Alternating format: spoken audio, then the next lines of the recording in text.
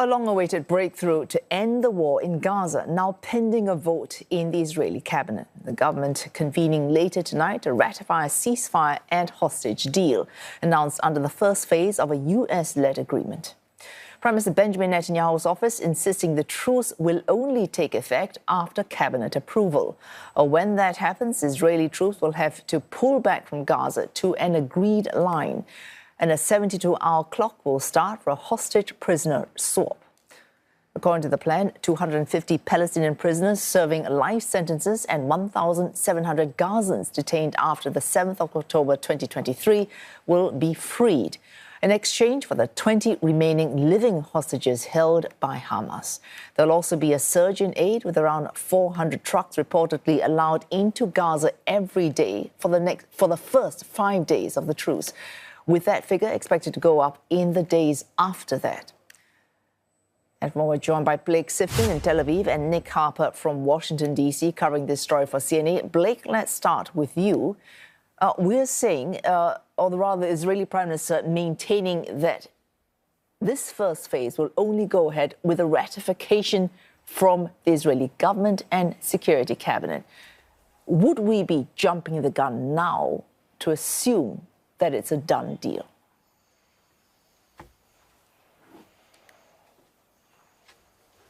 Good evening, Wei Su. That's right. We expect the Israeli Security Cabinet to meet in around 2 hours from now at 5 p.m. local time.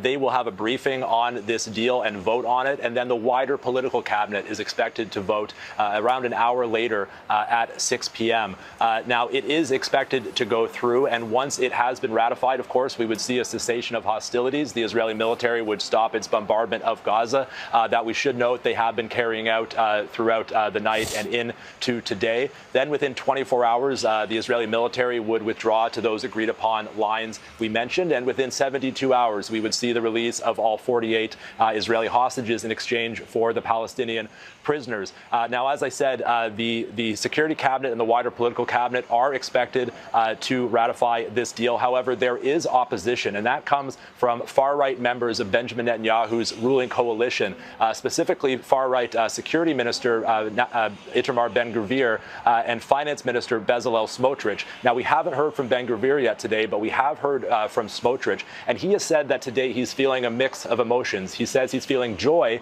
that the hostages will be released, but also fear of the consequences of releasing the next generation of what he calls terrorist leaders. Now, of this deal, he has said that we cannot join short-sighted celebrations or vote in favor of the deal. So his party is against it, but even with him not voting for it, there will be an overwhelming majority expected in the cabinet meetings, and this deal is expected to go through. Blake, there have been problems in the past because both Hamas and Israel have been suspicious of the other actually sticking to any terms of any deal being reached. This time, is there optimism?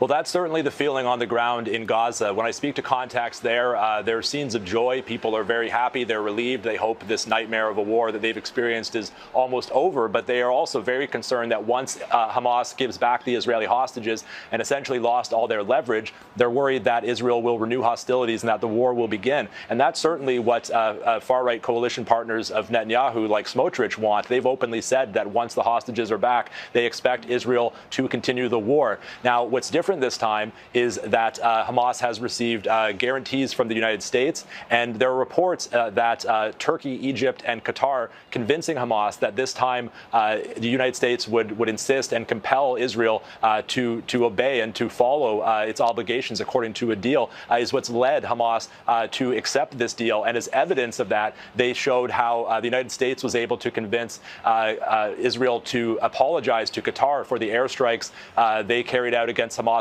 leadership there, as evidence that the United States has influence over Israel to that extent.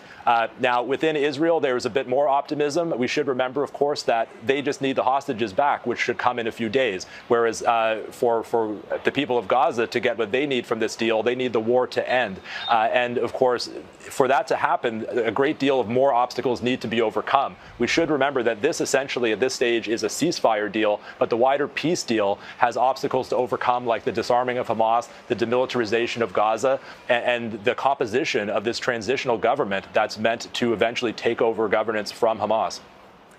Nick Harper joins us from Washington, D.C. He's covering this for us, for CNA. Nick, we're hearing from Blake there. So credit to Mr. Trump for leaning on Israel, putting pressure on Israel to meet its terms of this agreement.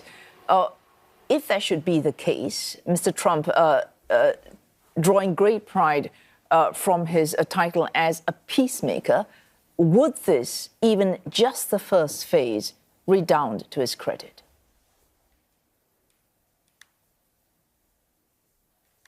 Well, I think undoubtedly, Wei-Su, this is already a big feather in the cap for the US president. On a personal level, remember, he has tried to present himself as the president of peace. And by his counting, he has ended 7 conflicts during his second term in office, including the Kashmir dispute between India and Pakistan and the flare-up on border tensions between Cambodia and Thailand.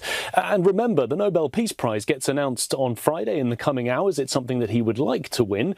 And now he is able to say that he has had a part to play in bringing peace to the Middle East. But also from a wider US foreign policy level, this is certainly a significant success because in theory it will bring peace to the region, but it will also stabilise relations between key allies that have been at odds. Israel on one side and Arab nations like Qatar on the other side.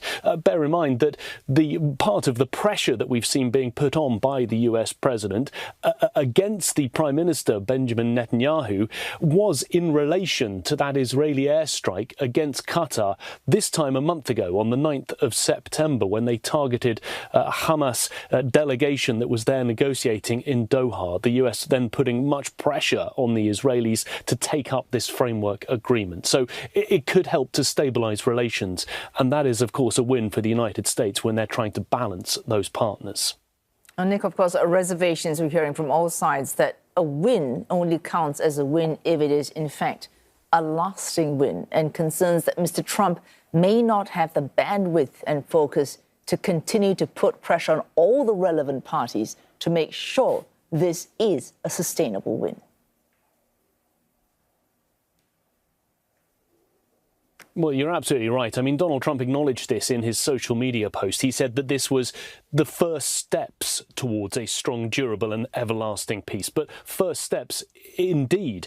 Remember, he likes the big wins. He likes the deals. He's less details-oriented, which I guess is the case for any president. It will now be up to his advisors, his officials, to really carry this through, but also work out the next phases and what all of this will look like longer term, because there are some very big questions, as we heard from Blake a moment ago, that do remain. And I think that's why we've seen in the US cautious optimism, a mixture of both congratulations but concern. Some Republican lawmakers, like the Ohio Senator Bernie Moreno, have come out full of praise for the US president, saying that he has once again delivered on his promise to achieve peace through strength. But there's also been a cautious note from the Republican Senator Lindsey Graham, who is reiterating the need for Hamas to lay down arms. And then some Democrats also slightly concerned. The Democratic leader Chuck Schumer in the Senate saying that he's welcoming the news, but saying that there is work still to be done. And I think that is the worry, that although this is a great first step,